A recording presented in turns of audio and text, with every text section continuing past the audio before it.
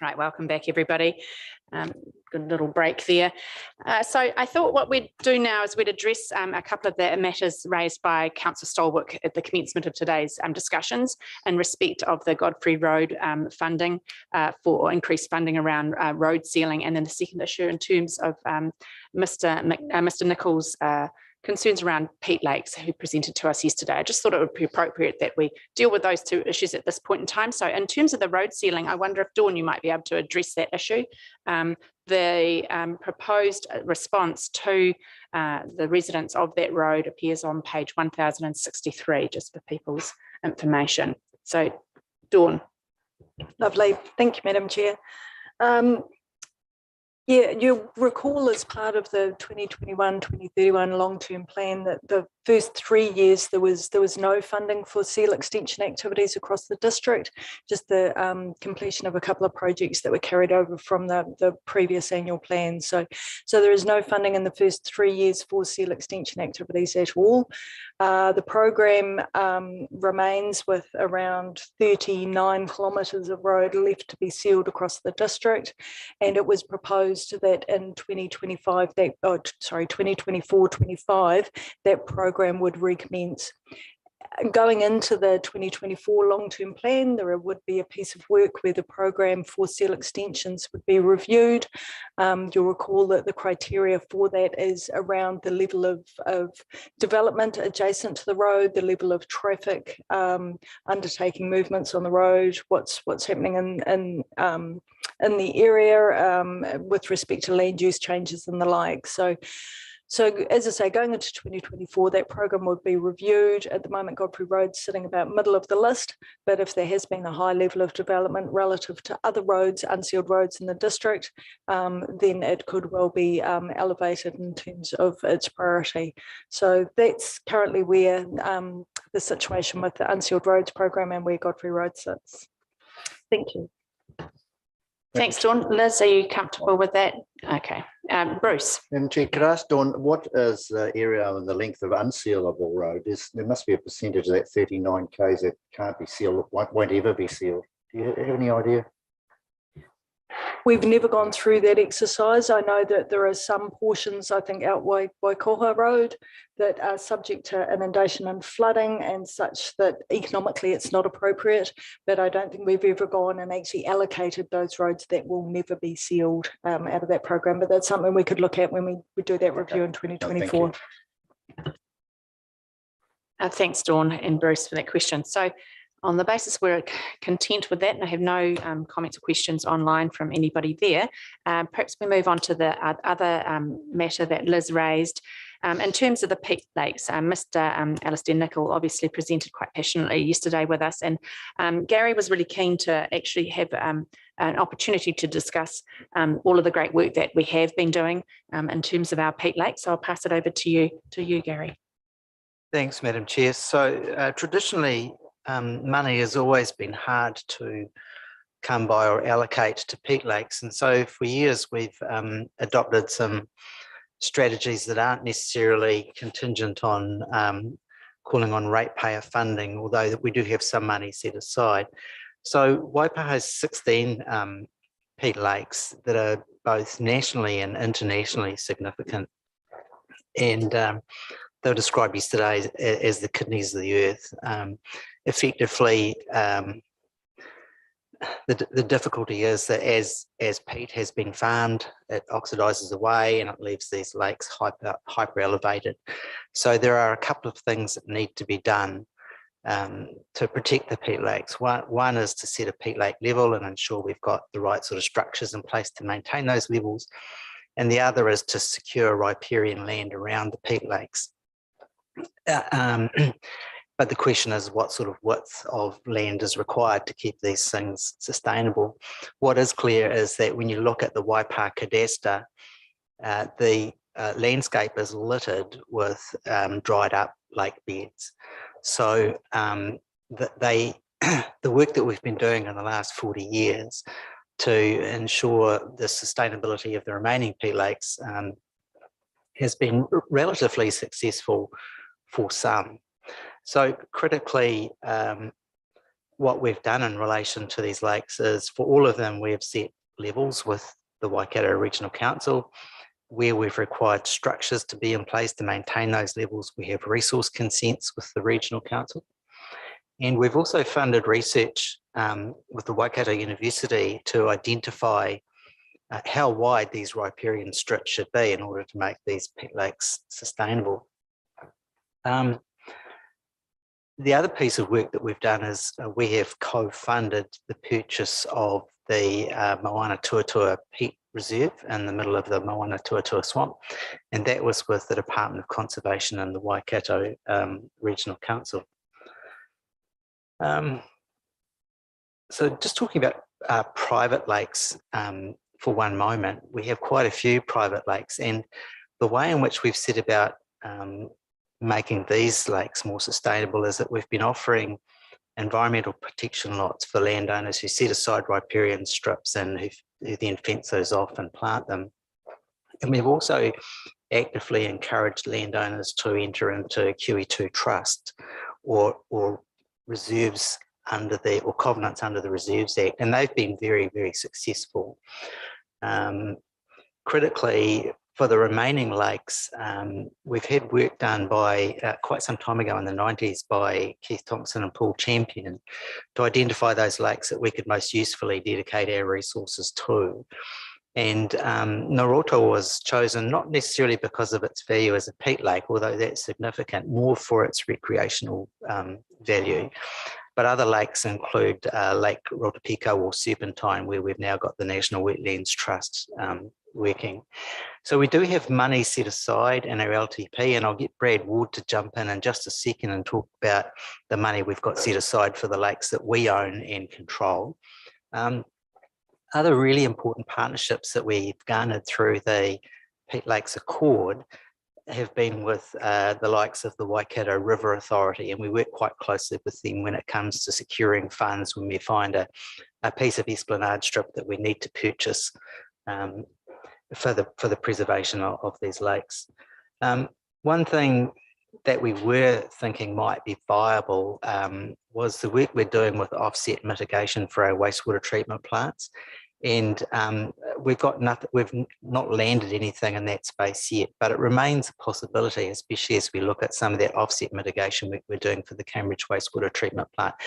We haven't quite agreed to that, or the group we're working with hasn't agreed to that yet, but it is a possibility that we're making available to them to look at.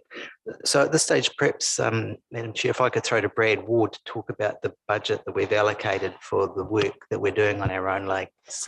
Brad. Brad, and then I think Claire has a question for you once you've finished there, Brad. Thanks, Harry. Through you, Madam Chair, if I could just speak to the specific budget that Mr. Nicol raised yesterday on the Peat Lakes. The intent of this budget is to enable Waipa District Council to work with the agencies and partners under the multi-agency conservation and management approach towards the management and restoration of those lakes. This is through what Gary just highlighted, the Waipa Peat Lake and Wetland Accord.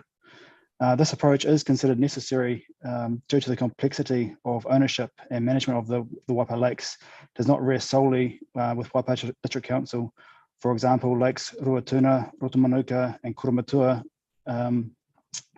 The lake body is a wildlife management reserve administered by DOC, and surrounded with Esplanade Reserve is managed by Waipa. Other catchment management and biodiversity responsibilities relating to the lakes sits with Waikato Regional Council. So each of these agencies, alongside other stakeholders and groups, hold budgets which contribute to the overall management of the Peat Lakes and their surrounds. So our money in this space is not used in isolation. While we're still working to confirm the program for the next financial year, some of our planned spend for next year will include, or anticipated to include, the continued hydrology monitoring at Lake Kurumatua, continued support of the Peat Lake Accord meetings, continued support of work at Lake Kareotahi or Lake Cameron. There's a care group there, and contributions towards agreed priority multi-agency projects identified through the Peat Lakes Accord meetings. We also do have a variety of other OPEX related and CapEx related budgets that do support the Peat Lakes, specifically for things like Naroto, Lake Rotopico and Mangakawere. And we do have a general conservation reserves budget that we can use to call upon when unforeseen costs arise. So we do welcome feedback from any tasks that the submitter raise is considered urgent, and we can review our planned spend of year 2 and 3 money to see if any of these tasks can be incorporated, and also raise them as items at the next Peat Lake Accord hui. Thanks, Brad. Thank you for that. Claire. Thanks very much, Gary and Brad, for that information, because it's really good to hear all the work that is going on. In fact, it stretches back quite a number of years, and that you can see that the Peat Lakes aren't being forgotten. In fact, they are the focus for a lot of effort across a lot of agencies. I guess there are just a couple of things I wanted to clarify about the submission that Alistair made, because he took, like he lives right next to Lake Rotomanuka, and he said that the Esplanade Reserve there is full of noxious weeds and he never sees any council staff there. Brad, is that part of your responsibilities, that Esplanade Reserve, or is it covered under that more collaborative Peat Lake Accord? So thanks, Councillor Claire. I understand that Living Water have been providing some support and doing a lot of work, both in their space, but also in our Esplanade. I'd have to follow up to exactly see what the agreement was or is, and the detail behind that. But obviously with Living Water moving out or removing their program, we'll need to look over the next year or so to see how that affects our work program, and we'll incorporate that into future annual plan and long-term plan discussion. Yeah, no, that'd be great. And I was just wondering whether or not in response to Alistair's submission that you give him some direction on, like, if he feels there is some work that's that's needed on the Esplanade reserves, just to make to contact council through our website, or using that CRM system or something, because by the sound of it, with your budgets and the other programs you're undertaking, if you just get advised that something might need attention, that you can kind of make sure it happens, as long as it's part of the area that council's responsible for. Yeah, so I think the Peat Lake Accord HOEs, that's where they sort of give priority to what the program of work is going to be. So that's definitely the place we can raise that and to see if how that stacks up against other priorities of the collective. Yeah. So I just thought Alistair might benefit from just being told how best to raise these issues, so that he can see that they are going to get action. But the other thing that I wanted to mention is that, because I'm on the Waikato Conservation Board as well, we had a recent field trip that covered a lot of those Peat Lakes, and we heard from Hilary Webb, Waipa staff member, but also the Regional Council and DOC, on what they're trying to do and their plans after Living Water funding sort of dries up. But it was raised that while you've got surrounding farmers that they're supposed to be doing environmental plans, but in fact, like for the Naroto catchment, less than 50% have been done.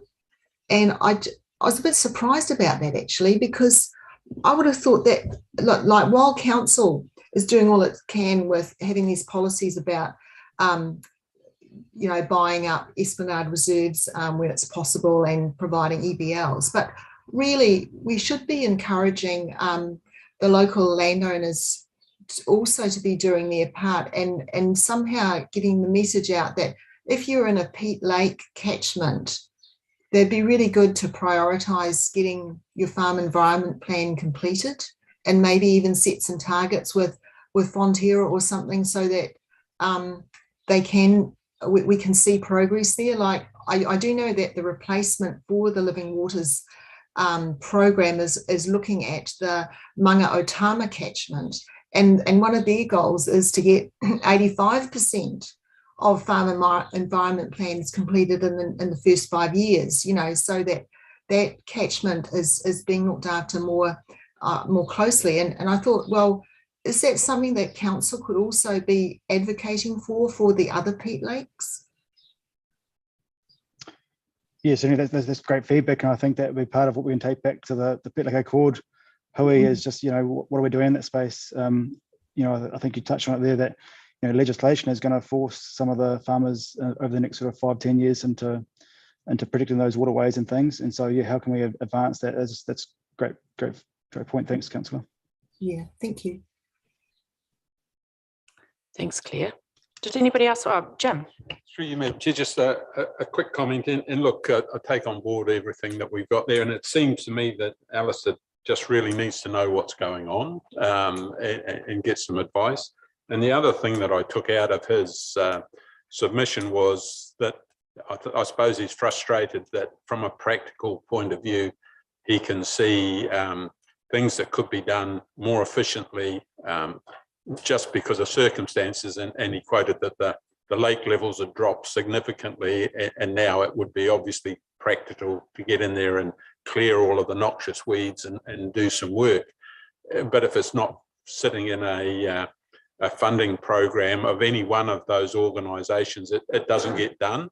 So I'm just wondering whether there is some way of taking advantage of the, I suppose, a natural phenomenon of a really dry autumn and getting in and clearing those noxious weeds when you don't need thigh waders to do it. You can get access, and that seemed to be some of his frustration, that he could see that you can walk around the edge of the lake now and get in and do this work, but there's no budget committed, even though the total expenditure is probably quite high for all of our peat lakes.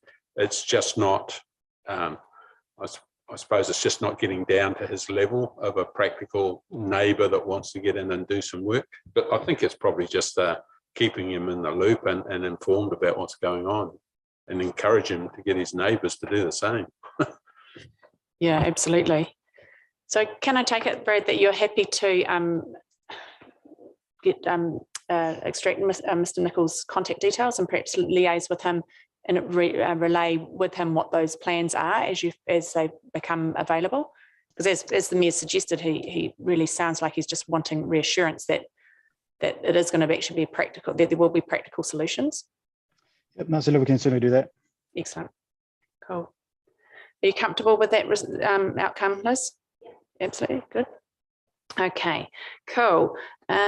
So what we thought we would do now is that we would, Ken was going to talk to us, moving back to the financial requests made from the people or the organisations that we had up on the screen before. Ken's gone away and done a bit of magic, and he's going to talk to that, and we're going to put up on the screen, pursuant to Ken's magic, some proposed amended recommendations for us in respect of those applications.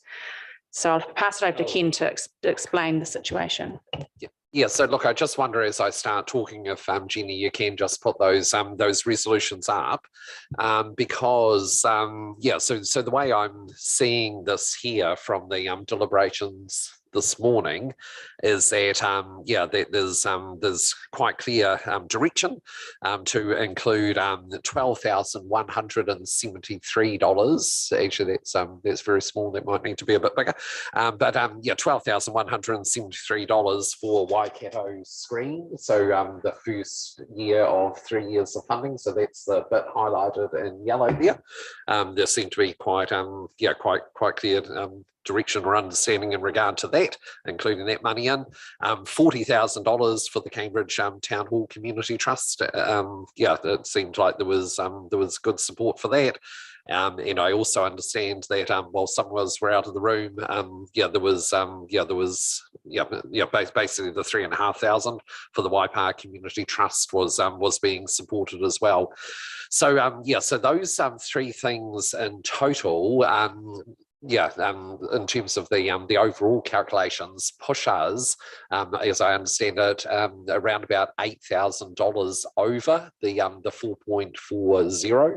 Okay, so that so it's $8,000 we're dealing with, in some discussions with staff behind the scenes. The Waikato screen, which is obviously just one of those three items, but look, I do understand that there could be some underspend in the economic development activity area in the current year, and that would, and if that is the case, we could potentially carry forward that underspend, and that would help to pick up that Waikato screen thing, because it is very much an economic development proposition. So that's that would be a natural way to go in terms of assisting to pick up that. But look, long and short of it is dealing with as that is. Dealing with the $8,000 that we'd currently be over. There has been a new resolution crafted, or a part of the resolution crafted. It's item F, so it comes after we approve these financial matters, and it says subject to the understanding that in incorporating the additional funding allocations agreed to in this resolution in a final proposed annual plan document, other minor adjustments will be made to the organisational budget to enable the rates increase to remain within the 4.4% rate limit provided for in council's financial strategy. Okay, so it's just a bit of a catch-all. What we're saying is you could approve a resolution here that picks up those three items, puts them into the annual plan. Staff will create a bit of magic in the background to take care of $8,000 in some other way. That will mean that we can come in at under the 4.4%. Well, in fact, we'll probably come in at the 4.4%, but it will definitely not be a breach of that rates limit. So that was the proposal there, that we build in that part F to the resolution. Thank you, Ken. Comments from people, are we comfortable with that? Obviously, we had some discussion around that Waikato screen application, and this enables that to happen, but remains under that threshold of the 4.4. So I've got hands up there from Andrew and Claire, and then Bruce. Thanks, Susan. Yeah, I'm very happy with that. Thank you. And me too. And I'd say thank you, Ken. You always manage to pull it off somehow, and I really appreciate the efforts that have gone into it to keeping it to that 4.40 increase. Yeah, that's fantastic. Thank you. Excellent. Bruce, no, you're all good. Any other comments from anybody on that base? Oh, Jim. Yeah, look, fully support the position that we've got to. I was just in terms of the LGCI actual at 2.4, that's actual for this year. Is that right? So that so through the chair, your worship, the 2.4 is Bill's forecast for the local government cost index for the 22-23 financial year. So it is a forward-looking thing for the a forward-looking thing for the 22-23 year that the annual plan relates to. Just like last year when we adopted the LTP. Where it was a 2.9% forecast, that was a forecast at June 2021 for the 22-23 year. It was they do their forecasting for the for the year or the years ahead. So has their forecasting been accurate in the past, or have they been conservative? Oh, look, I through the chair, I probably couldn't really comment on that. I'm not sure we analyse it to that degree. Like I said this morning, Taituara commissions Bill basically once or twice a year to do those LGCI forecasts, and in fact we only ever commission them to do the forecasts because of course there's a whole mix of things there. So I'm not sure we ever get an actual LGCI number. It is only ever a forecast for a specific year. I mean, in that sense, it's quite different, obviously, from the from the Statistics New Zealand or the New Zealand government and inflation CPI. The CPI number is is basically a backwards looking number. They report on what consumer price inflation was for the last quarter or for the last year. The LGCI we commission is forward looking. Yeah.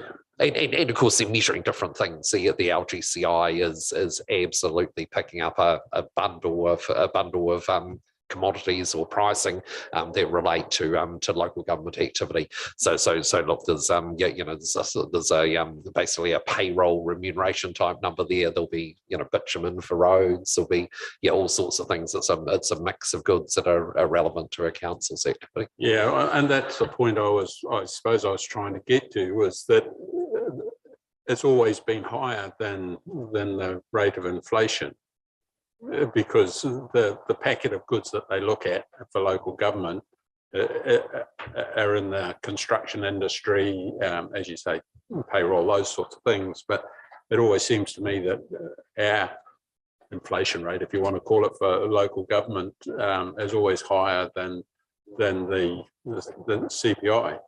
So if that's the case with inflation running the way it is, it's just hard to see how they've come up with those figures, but they're obviously the experts on it, but just doesn't feel right. But anyway, that's just a comment. Lou. Point reading up the Waikato Screen New Zealand submission, you would take parked off it, wouldn't you?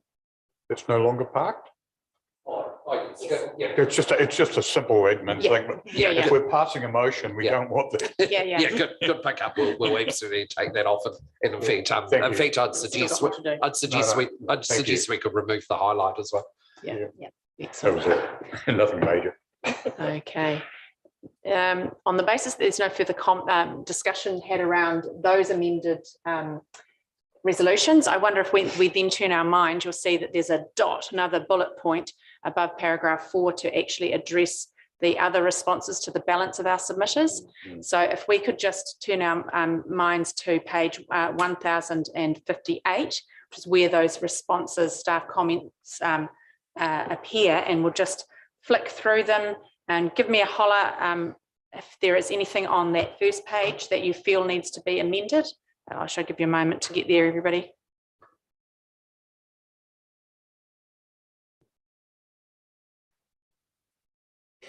Yeah, I find if you expand it, it then shoots into the next page. So it's a fine line between getting it big enough to see it without losing it altogether. It'd be great if we had larger font next time. Yeah, it's really, I don't know why such small font's been used for this particular report. Yeah.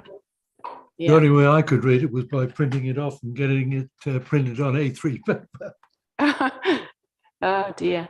So on the assumption we're all there, anybody have any issues with anything that's raised there in terms of staff responses? Speak now if you ever hold your peace. Excellent. The next page then being page, I'll just use the numbers of the actual appendix, page 3.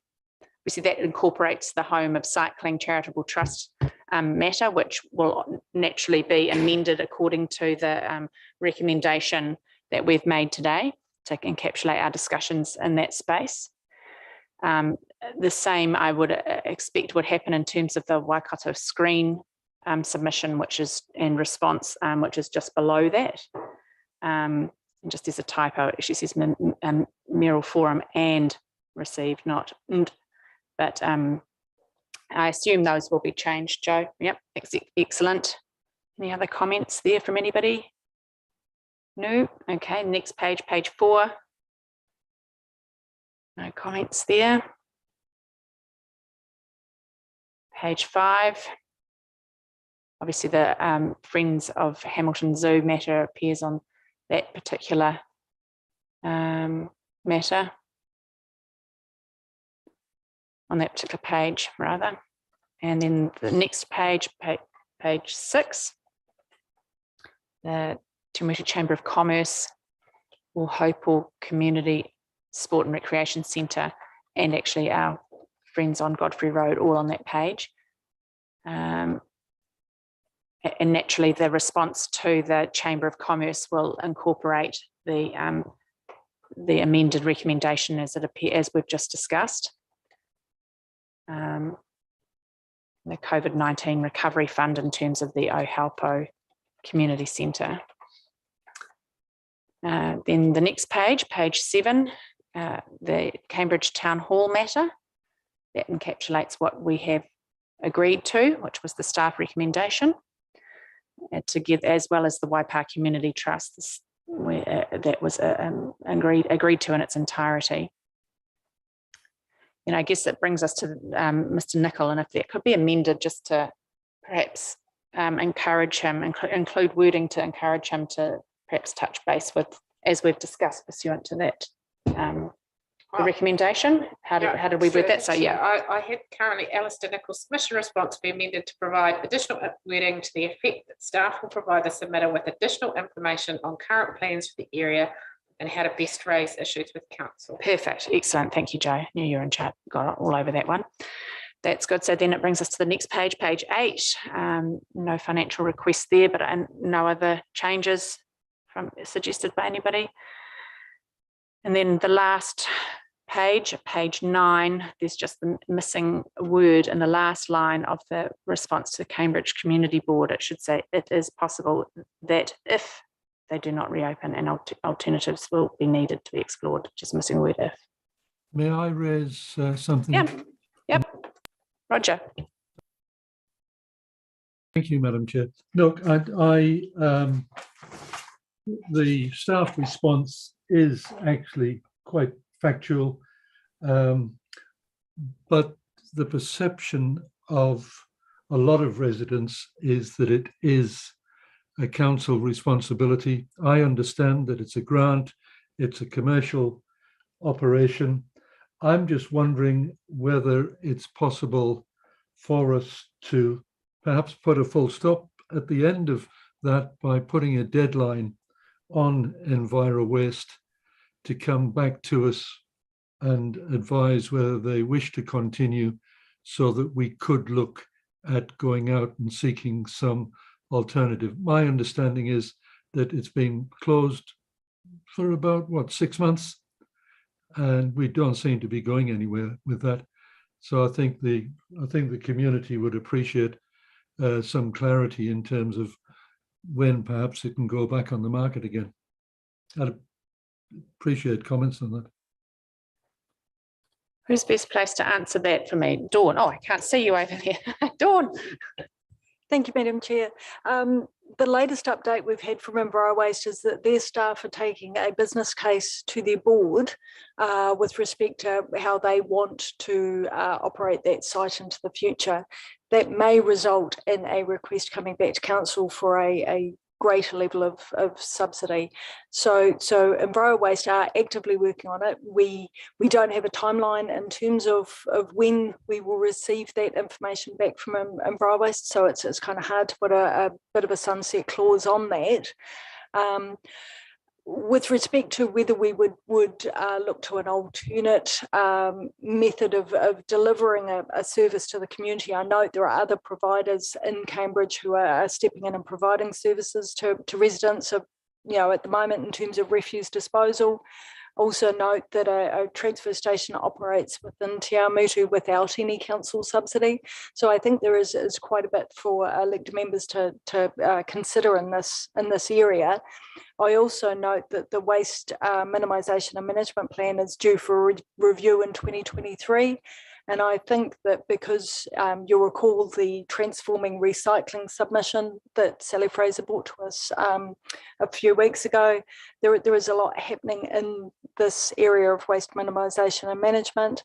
And so, I do think that maybe absolutely understand Councillor Gordon's concerns with respect to community perception, and again, maybe that's how we look to let the community know that this is not a council provided facility, but that we do wait and see it in a wider context as we work through the review of the plan in 2023, if it is not resolved prior with respect to EnviroWaste making their business decision. Have you anything to add to that, Roger? Any further question, or are you comfortable with Dawn's explanation?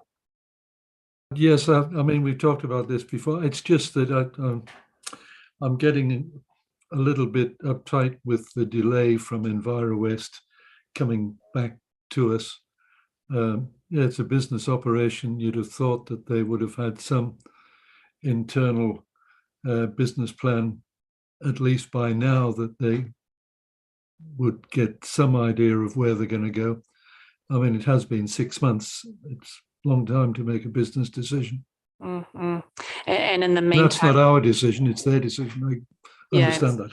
Absolutely, and I completely accept and understand your position in terms of community perception around it. There is quite a little bit of unrest in that space, quite justifiably so, and a bit of confusion about whose obligations and is it, and where the fault, if there is one, lies. So I completely agree and accept that that isn't a live issue in Cambridge. But I think Dawn's suggestion about resolving a lot of those issues in the wider context with governmental reform and our own review of our waste minimisation in 2023 may hopefully give us some clarity and further direction, although it probably doesn't give a whole lot of comfort to people in Cambridge who want to dispose of their waste today.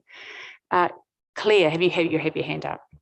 Yes, well, I just wanted to support Roger in raising the issue, because for such a large community, they do need to have an effective means of disposing of their refuse.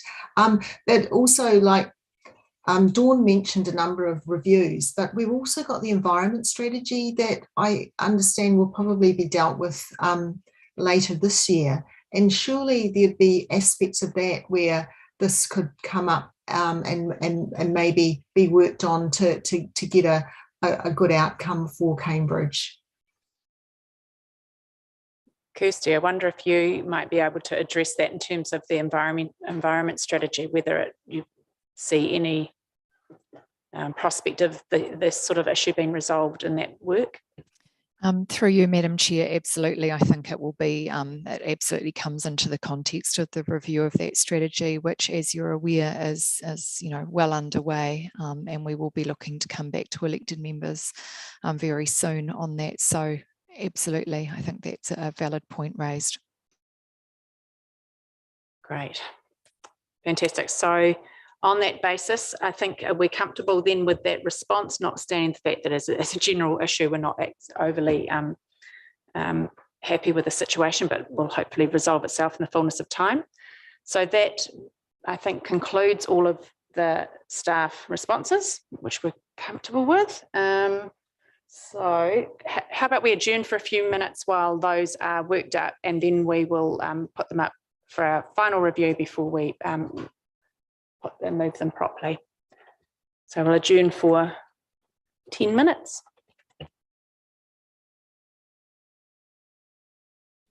I may have to apologise, Madam Chair, if I may. I have another appointment coming up. So can I be excused from the final considerations? I've got no problem with what we've decided with. Okay. Joe just tells me they've got actually all the recommendations typed up. They've been doing it on the fly, so I don't know whether you need to rush away quite presently, but she can put it up now and we can unadjourn ourselves. Okay. So I take it we can all see that. I won't read it all through to you because that's pretty obvious, but E obviously is the amended one that we just dealt with before.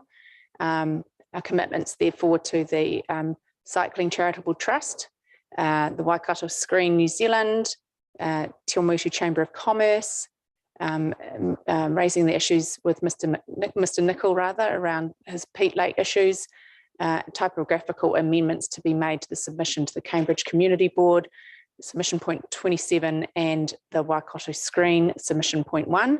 Obviously, those were the little issues that I raised.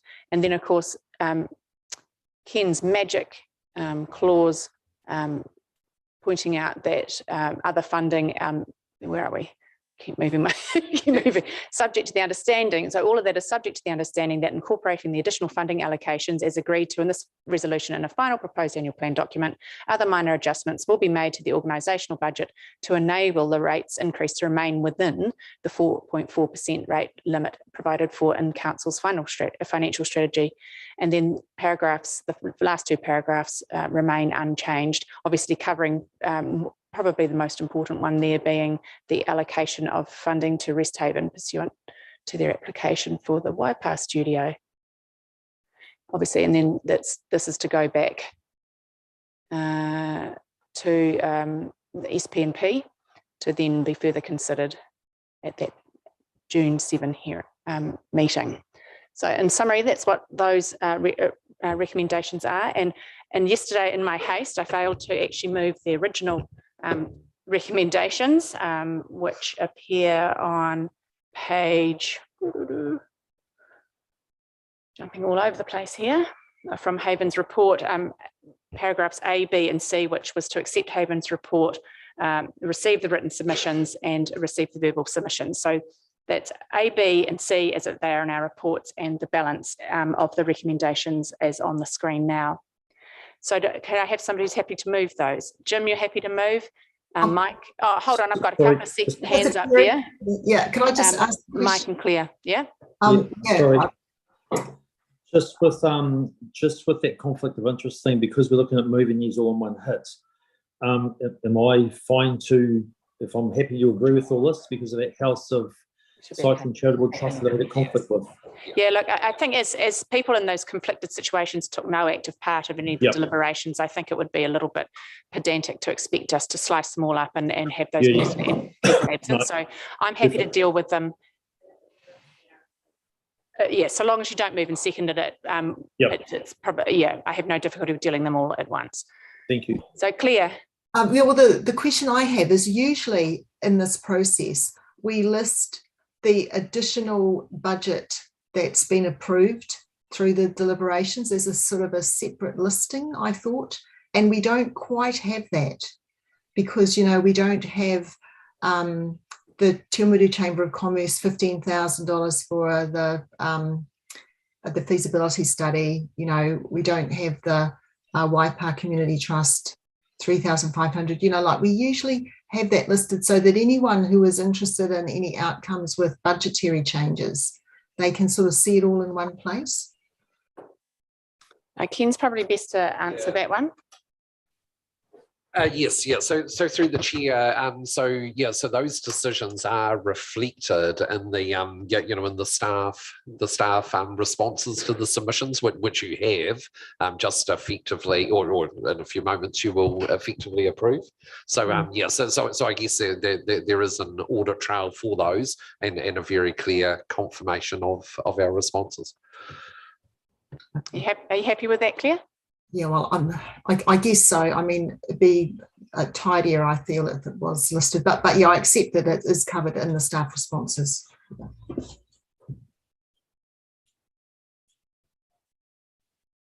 It's coming before the SPNP again, isn't it? So yes. That will be. Will be approved.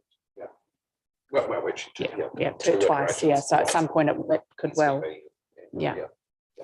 Through you, Madam Chair, I wonder if that is an action for us when we provide the report with the revised draft annual plan for SPNP to make a recommendation to Council for adoption, that we specifically identify what those financial changes are and include that in the resolution. Yeah, I think that's great. Yeah, that would address your concerns, Claire. Yeah, I'll be really happy with that. Thank you. Brilliant. Okay, so on that basis, Mayor Jim moved those recommendations from A to F, I think, or G. Scroll that. Oh. Okay, G.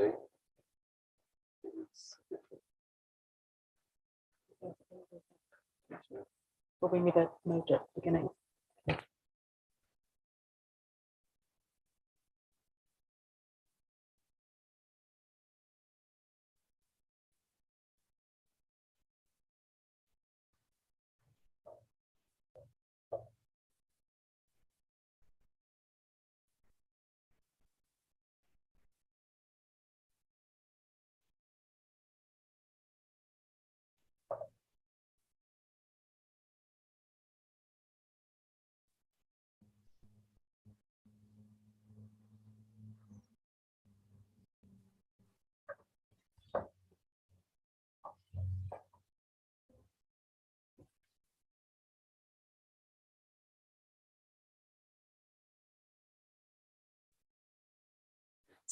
Sorry, we're just a slight amendment to paragraph D. And this is my mistake at having not passed or put those earlier motions A, B, and C prior to deliberation. There's slight change, I guess, in tense in paragraph D that now says that and notes it has considered rather than actively about to consider. So we're all good with that. Okay, so Jim's happy to move that as it now appears on the screen with those amendments. Anybody, Lou is happy to second that for me. All those in favour say aye. Aye. Aye. Against? Carried. Well done. Well done, team. So that then brings this annual plan here reports and hearings to a conclusion. Well done, team. Long couple of days, a lot of work leading up to it. So thank you, everybody. Thank you, Kirsty and team. Thank you, Haven, for your baby. Thank you. We can all go home and have some sleep now. Thanks, everyone. Thanks, Susan. Yeah. Yeah, Enjoy well the rest of your done all. day, everybody. Yeah. Yep. Yep.